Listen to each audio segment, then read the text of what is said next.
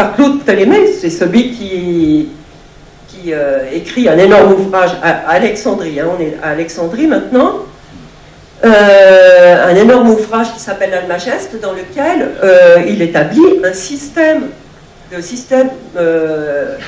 rendant compte, enfin, qui va être valide jusqu'à Copernic, qui rend compte des mouvements des planètes dans le système solaire par combinaison de mouvements circulaires uniformes qui perfectionnés avec des épicycles et divers autres petits avatars, peut rendre compte exactement des observations, le plus exactement possible, puisque quand on multiplie les paramètres dans un modèle, on peut rendre compte de tout. Donc le système de Ptolémée était très très utile aux observateurs et était perfectionné et a été utilisé d'ailleurs même après l'apparition de l'œuvre de Copernic en 1543. Ensuite, quand il donne des valeurs pour Maurolyco et Clavius, qui sont des pré-galiléens, bon, sur lesquels je ne vais pas faire de commentaires, et pour Galilée lui-même, qu'est-ce que ça veut dire? Si c'est la même valeur que celle de Ptolémée, ça veut dire que ça ne les a pas intéressés et qu'ils ont repris une valeur qu'ils avaient trouvée dans les textes de Ptolémée. Alors pourquoi est-ce que Galilée prend une valeur qu'il aurait trouvée dans un texte de Ptolémée plutôt que dans Copernic? J'en sais rien, c'est peut-être pas vrai d'ailleurs, et en tout cas ça veut dire que Galilée ne s'est pas intéressé à cette question. Effectivement, à ma connaissance, la distance Terre-Soleil ne l'a pas trop tracassé. Il avait d'autres sujets de travail. Il avait de quoi s'occuper. Pour Copernic et Magini, c'est la même chose. Hein. Copernic a sa valeur à lui, qui n'est pas très originale non plus, simplement elle est inférieure à celle d'Hipparque. Il doit avoir de bonnes raisons, lui, que je ne connais pas. Alors, quant au dernier volet, Bouliot, Van Delen et Riccioli, eux, très probablement, enfin Bouliot, je ne suis pas sûr, Ismaël Bouliot, je ne suis pas sûr, c'est un astronome qui n'est pas très connu pour ses résultats astronomiques. Van Delen est un astronome flamand, alors qui lui va être dont on suppose simplement que pour obtenir cette valeur qui quand même commence à se rapprocher de la bonne valeur, hein, il est à plus de la moitié de la bonne valeur, a utilisé la méthode d'Hipparque, mais avec une très bonne lunette comme viseur. Enfin, avec une très bonne lunette. Et c'est tout à fait possible. Donc il a beaucoup mieux déterminé l'instant réel de la dichotomie et donc la différence entre les deux périodes du mois lunaire entre la dichotomie. Voilà. Alors, ce qui est curieux, c'est qu'il se rapproche de ce que nous appellerions la vérité, et que ça ne change absolument rien. Hein, on continue à utiliser des valeurs anciennes. Pourquoi? Parce qu'il ne suffit pas qu'une personne ait trouvé une bonne valeur pour que ça s'impose dans le milieu, dans la communauté astronomique. En tout cas, pas Van Delen. Par contre, le résultat donné par Cassini va s'imposer. Cassini appartient à une institution. Hein, il n'est pas encore directeur de l'Observatoire, puisqu'il n'y avait pas de directeur au départ, mais il est membre de l'Académie des sciences. On l'a fait venir pour s'occuper d'astronomie. Il est connu et il est entouré. Et donc, son résultat va s'imposer, alors qu'auparavant, les gens pouvaient annoncer à peu près n'importe quoi et personne ne pouvait vérifier. Donc c'était pas déterminant. Riccioli a dû aussi probablement utiliser une lunette, mais ça, je ne sais pas exactement. Quant au calcul fait par l'auteur du livre, Otto von Guericke, c'est tellement compliqué que je ne me suis pas astreinte à le comprendre. En tout cas, il ne fait pas d'observation, donc on va le laisser couler. Voilà. Donc on en est toujours quand même à une valeur de 1200 ou 1300 rayons terrestres pour la distance Terre-Soleil. Van Delen n'ayant pas changé, vraiment modifié le paysage, en tout cas c'est ce que dira Cassini, qui peut-être ignore ces nouveaux résultats, et et qui dira à un moment donné, je commençais à soupçonner que les distances dans les systèmes solaires étaient beaucoup plus grandes que ce que nous avons cru jusqu'ici, au moins 18 fois plus grandes. Voilà, valeur actuelle, 23 455 rayons terrestres. Alors, j'en viens maintenant à la mission de 172-73, voilà, qui arrive après.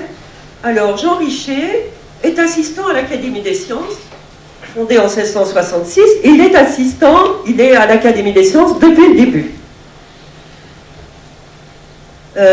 Il est mandaté pour une mission à Cayenne, avec un ensemble de tâches, une espèce de cahier des charges, un ensemble de tâches à accomplir, dont l'observation de la planète Mars, qui est alors en opposition, et donc à sa position la plus proche de la Terre. On va en reparler de cette position la plus proche de la Terre. Alors, dans son cahier des charges, il écrit lui-même dans son texte rédigé en 1672, il a à s'occuper de l'obliquité de l'écliptique, du moment des équinoxes, des parallaxes du Soleil, de Vénus et de Mars. Alors, entendons-nous bien, il ne va pas calculer des parallaxes lui-même, il va simplement, tout son travail, ça va être à propos du Soleil, des planètes et des étoiles fixes, dont on l'a chargé, enfin, qu'il a été chargé d'observer, de mesurer, d'observer leur passage au méridien, et de mesurer les hauteurs méridiennes et l'heure de passage. Point final. Et puis après, il a un carnet d'observation qu'il va transmettre à Cassini, qui lui va faire le travail de mesure de parallaxe. Enfin, il doit savoir ce que c'est qu'une parallaxe et savoir pourquoi il fait ce travail tout de même. Des mouvements des parallaxes de la Lune, des mouvements de Mercure, de déclinaison, ascension droite et grandeur des fixes australes, puisqu'il est, on va voir où il est très près de l'équateur, donc il observe des étoiles qui ne sont pas observables à Paris, bien sûr. Alors, il a aussi des observations physiques. Je ne sais pas si le micro marche là, ça va? Ça va.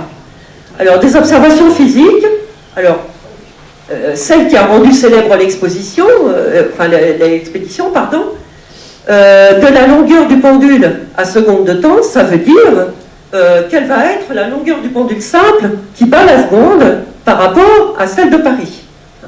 Et il va trouver, en fait, qu'elle est plus courte à Cayenne qu'à Paris, c'est-à-dire que le pendule est ralenti à Cayenne.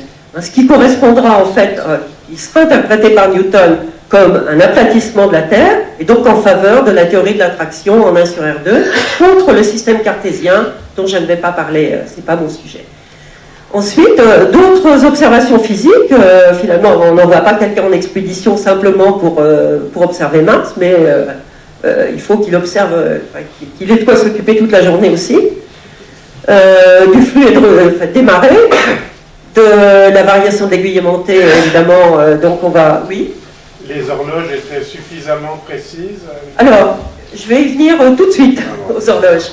Alors, suffisamment précises, bon, je vais y venir tout de suite. De la hauteur du divergence, c'est-à-dire de la pression, on est proche de l'équateur, hein, de la pression, des crépuscules, des vents, et quelques animaux et poissons aussi, remarque sur quelques animaux et poissons, en fait, il ne va pas en faire beaucoup. Hein, ça ne l'a pas énormément intéressé, puis il était peut-être fatigué quand même. Alors, voilà donc une première page du texte édité en fait, c'est le texte, je crois que la première page, c'est celle qui est éditée en 1729 dans les mémoires de l'Académie des sciences, mais rédigée en 1679 par Jean Richer, alors qui devait passer 2 ans à Cayenne, qui va passer un peu plus d'1 an seulement parce qu'il va tomber malade et rentrer. Et dans le même temps de ces observations à Cayenne, Jean-Dominique Cassini observe les mêmes astres. Alors j'ai mis en même temps, entre guillemets, parce qu'évidemment il y a un décalage horaire entre le passage au méridien de Mars à Cayenne et à Paris, un décalage horaire dont ils connaissent bien la grandeur, qui est de 3h38, aussi déterminé par la méthode des éclipses. Hein. Richer observe le passage de Mars au méridien pendant 5 mois, en notant la hauteur et l'heure du passage. Tout ça, je l'ai déjà dit.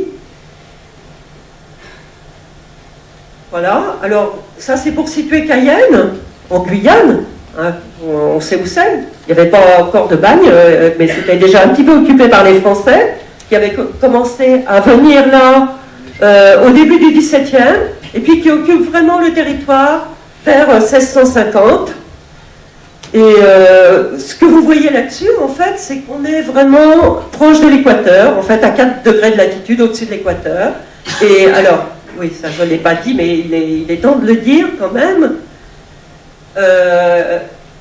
Ce qui n'apparaît pas vraiment dans le cahier des charges de Jean Richer, mais qui est très important pour Cassini, c'est de corriger les erreurs de réfraction dans l'observation des étoiles. Or, certaines étoiles qui sont observées quand même très obliquement à Paris vont être observées au zénith à Cayenne. Et quand on observe les étoiles au zénith, il n'y a pas d'erreur de réfraction. Et ça, en fait, c'est un motif très très important pour Cassini, mais que Cassini va traiter lui-même à partir des données de Jean Richer, sans même vraiment l'avoir mis au courant de ce problème.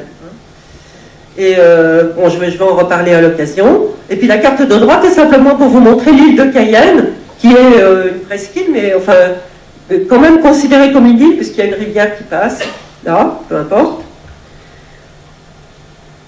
Alors une carte plus ancienne, je remonte dans le temps, une carte qui doit dater du 18e, où l'Est et l'Ouest sont inversés par rapport à ce que nous ferions nous. Et enfin une carte qui doit dater, si je ne me trompe pas, des environs de 1652, c'est-à-dire de la véritable occupation par les Français de l'île de Cayenne. Alors elle est vraiment présentée comme une île, l'orientation est changée puisque vous avez le nord ici, hein, c'est un peu déroutant pour nous, et on voit qu'il y a déjà un fort et des maisons qui sont soit les maisons du capitaine, soit les maisons des indigènes. Alors, donc c'est là que débarque Jean Richer en 1672. Il y était déjà allé en 1670 avec un cahier des charges un peu différent. Et il n'était pas resté très très longtemps, mais enfin il connaissait déjà les lieux. Alors, maintenant je vais m'embarquer un petit peu dans le récit de Jean Richer, parce que c'est très concret. Arrivant à Cayenne, je trouvais un endroit où depuis 8 années, il y avait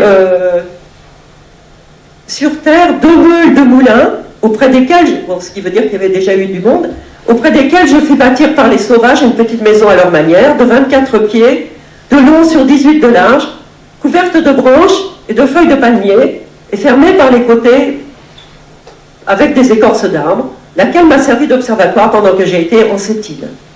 Alors c'est un observatoire qui coûte un peu moins cher que celui de Paris, hein, mais malheureusement, on n'a pas de photos.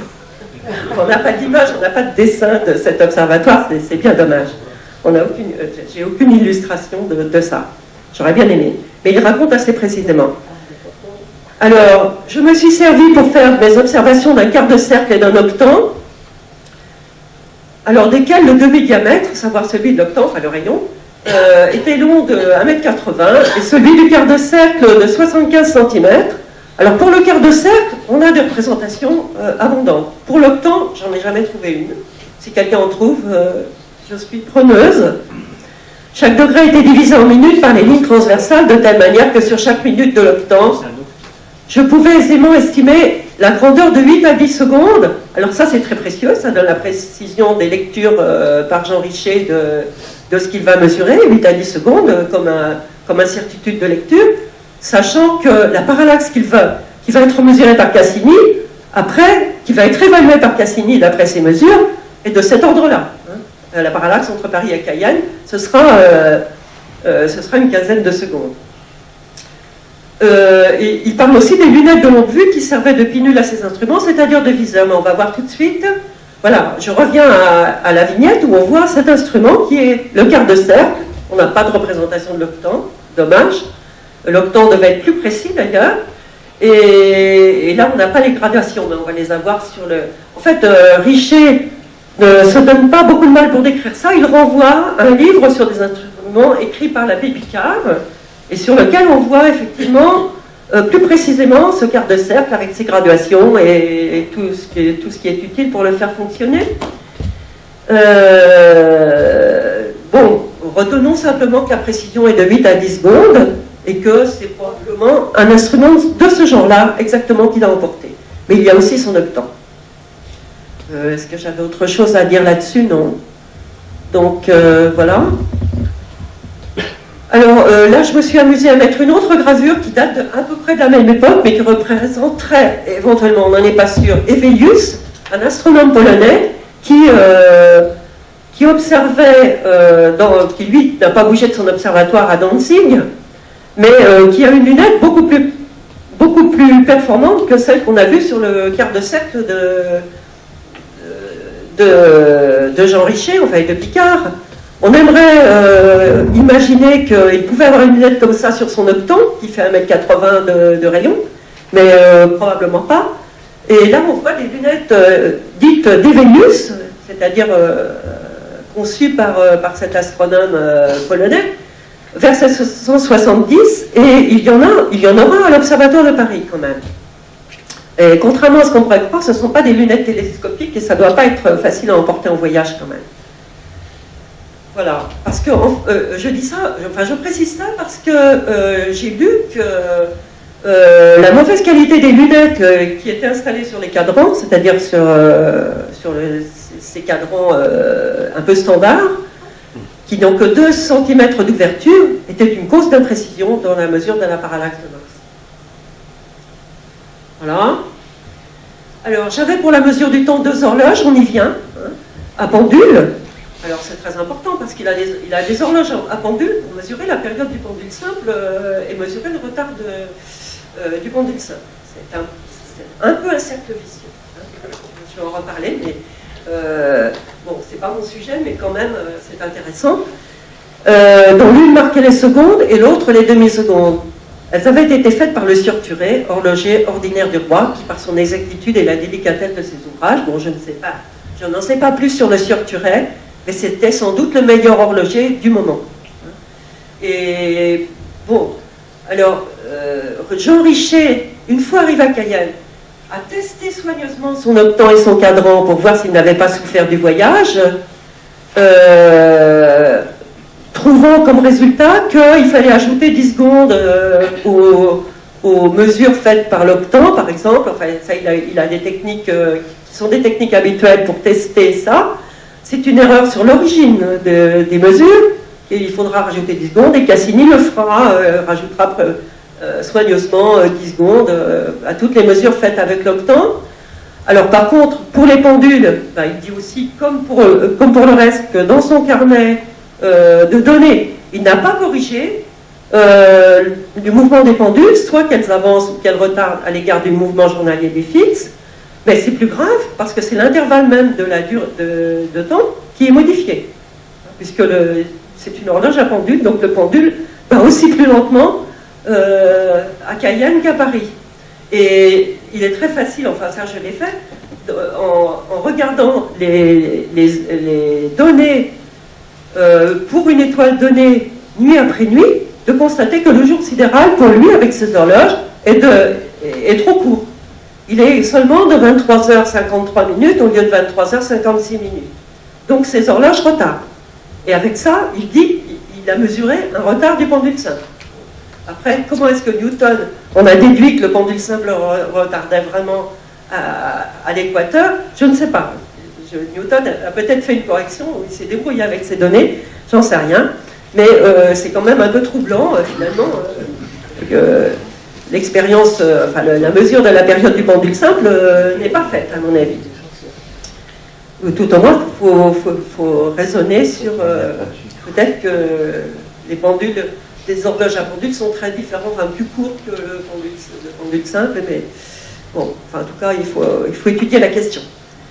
Voilà, alors maintenant j'en viens au parallaxe elle-même, avec un très bref retour sur l'histoire de la recherche des parallaxes, parce que dès que l'on admet le système copernicien au XVIIe, il est naturel de rechercher des parallaxes orbitales des étoiles, c'est-à-dire les variations des directions de visée des étoiles les plus proches, au cours du déplacement de la Terre sur son orbite. Le fait que l'on n'en voit pas à l'œil nu était un argument contre la révolution de la Terre autour du Soleil. La parallaxe de l'étoile la plus proche de nous, Alpha du Centaure, est en effet inférieure à une seconde d'arc, c'est 0,71 secondes d'arc. En fait, l'argument ancien contre le mouvement de la Terre, parce que c'est beaucoup plus ancien que ça, n'était pas évidemment en termes de parallaxe, puisqu'on pensait que toutes les étoiles étaient à la même distance sur une sphère céleste. Or, pour observer des parallaxes, il faut imaginer des étoiles plus proches que les autres étant considérées à l'infini et servant de repère pour mesurer la différence de direction de l'étoile la plus proche. Donc, l'argument des anciens, c'était simplement de dire, si la Terre se déplaçait dans l'espace, autour du Soleil par exemple, eh bien les figures des constellations seraient modifiées. Or, elles ne sont pas modifiées au cours de l'année, donc la Terre est immobile. C'était tout à fait raisonnable, c'était simplement